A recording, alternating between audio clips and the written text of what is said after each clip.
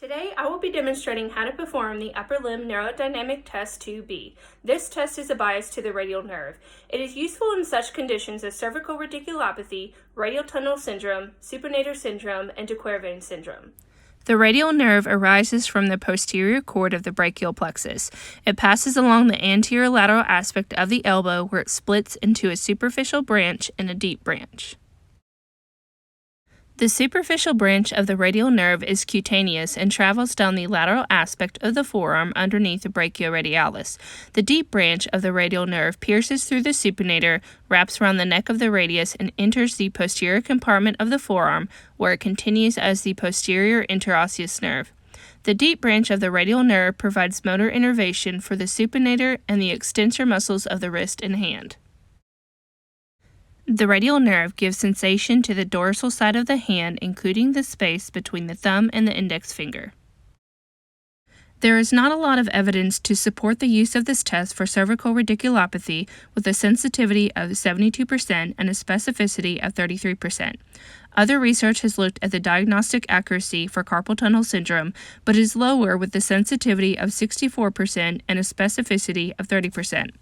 Minimal research is available on the diagnostic accuracy of this test in those with radial tunnel or supinator syndrome. Prior to beginning this test, you want to ensure that you ask the patient about their symptoms for comparison. So positioning for this test is going to be the same as your upper limb neurodynamic test 2A.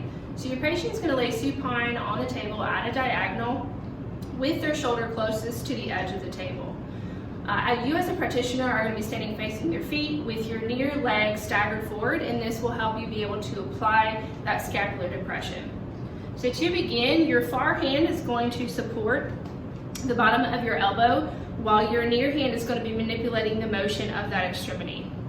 So I'm going to use my hip or leg and apply that scapular depression. I'm then going to apply elbow extension, full internal rotation of the shoulder, and forearm pronation. I'll then have the patient tuck their thumb within their hand, and using my hand on the back of their hand, apply a full finger flexion, wrist flexion, and ulnar deviation.